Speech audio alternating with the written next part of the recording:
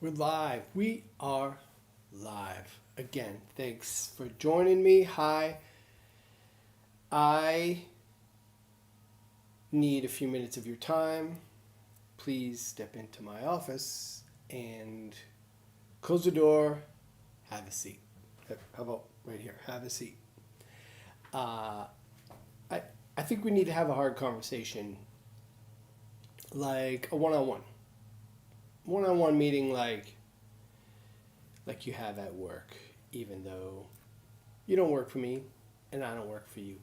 But kind of like an employee who's struggling, I want to talk to the other web designers out there in the world. So this isn't like a PIP, performance improvement plan. This isn't like any kind of warning. I just want to say, and I know this is weird, but I want to remind you of the standards. This isn't a barbershop or a hairstylist salon. We don't need a license. Anybody can be a web designer. That's great. The challenge, anybody can be a web designer. And I had a difficult, another disheartening conversation with a business owner yesterday. And I've had this conversation, it must happen 20 times a year. Literally, this exact conversation happens 20 times a year. Where,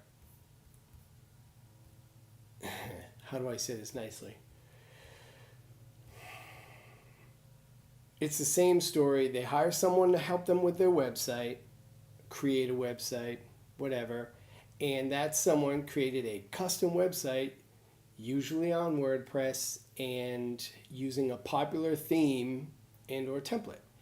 The challenge is at some point they fall out of contact because it was a great design project, but there's no maintenance behind it. There's no ongoing commitment to the success of that business asset. There's no, I mean, you can email them, call them, and they'll make changes to the website for an hourly fee. Totally common. Actually, that's the standard. The challenge is, at some point, maybe they lose contact entirely, or they don't want to work with that person anymore, and they can't log in, or maybe they can, and if they can probably make some basic text. The person I spoke to yesterday could change basic text in most of the areas of the pages that he could see, but couldn't change any of the images. They were all buried in CSS. They couldn't create a new page that looked like any of the others. A new page was just as raw, broken, whatever. And they couldn't figure out how to do, like, add a form, and how do you connect the form, and they had popular plugins installed. And I think that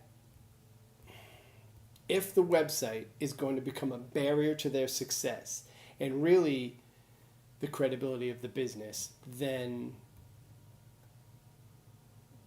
that person was actually done a disservice. I'm sure whoever created the website was super nice. I'm sure the websites you create, you're super nice, super on top of it. You do great project work. You have a great kickoff and launch.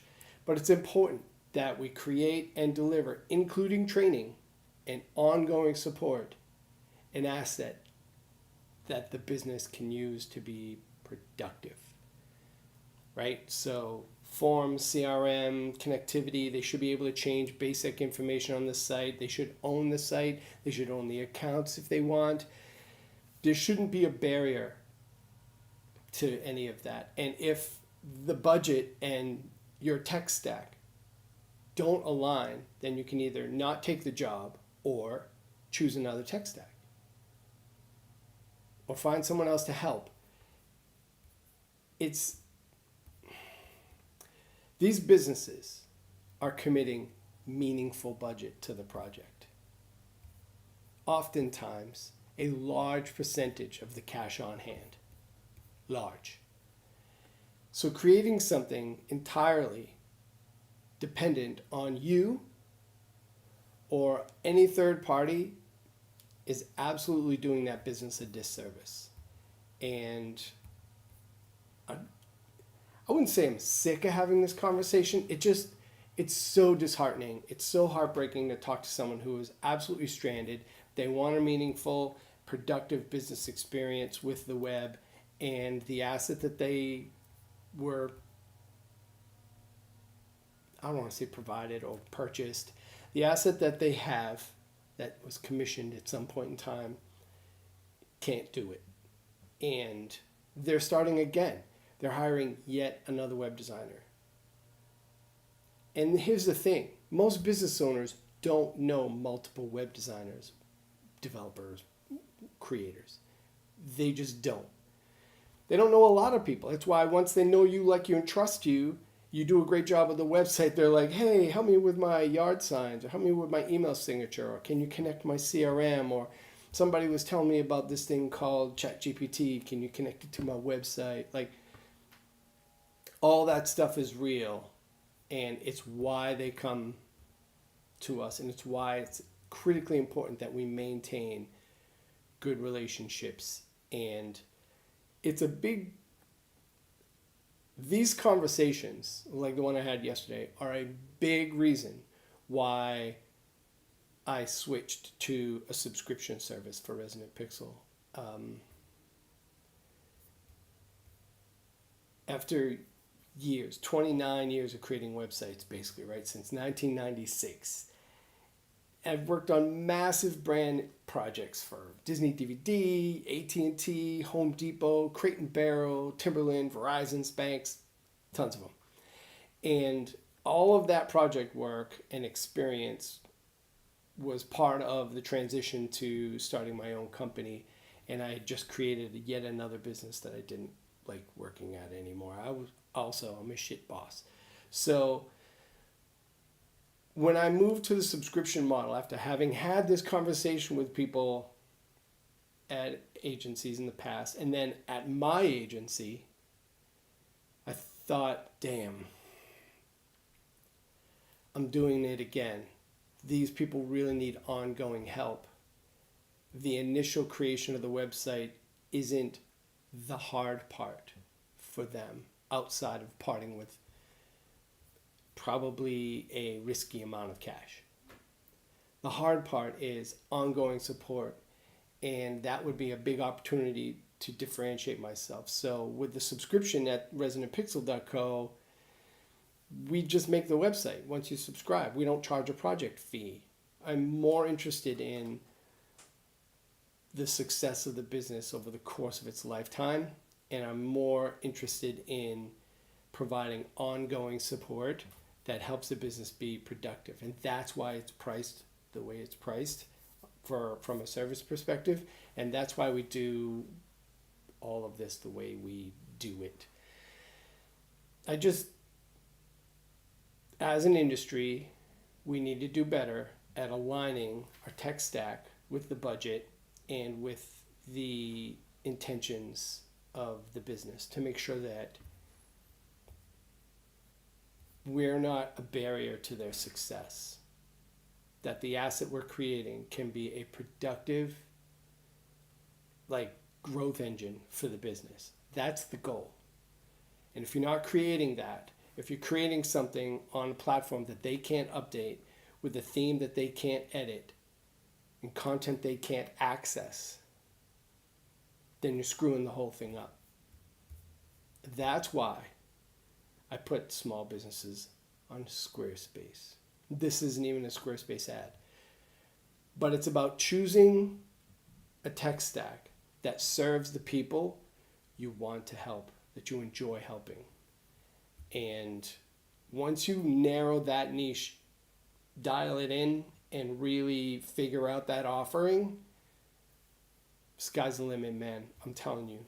But if we continue to create these websites that erode trust with businesses and our industry, I might actually come on here with a rant. I wouldn't even say this is a rant. Was this a rant? I don't think this was a rant. This was a call to action. This is a pep talk, like I said at the beginning. This is frustration with my peers that we can and should be doing better work, in service of these companies, and I don't understand why we continue to do it all this way. I mean, I do, but some things are better left unsaid, right? So anyway, that's what I've got. It's a short one today. I don't want to belabor it. If you have questions or comments, you can like and subscribe. Leave a comment down below. I would really appreciate it. Getting really positive feedback about this channel and about the things I've created. There's going to be a lot more being created here starting very soon. I'm super excited to share all of that not live content. I'm excited about it all. I just don't have time to edit it all. So I'm going to be finding some help with that. And yeah, that's all I've got. Listen, have a great weekend. I will see you here Monday, 11 a.m. Eastern, and we will have another great topic for you. And hopefully this was helpful. Hopefully this sparked some curiosity. I don't even know what I mean. Oh, we got to do thumbnail moment. Thumbnail moment. How about like giving somebody our time, like, or what are we gonna call this one? Hiring yet another web designer. Oh, how about some incredulous like, ah. That might work. I'll give it a try. Let me know if my thumbnails suck. You can put that in the comments too. Appreciate you. Have a great weekend. Bye.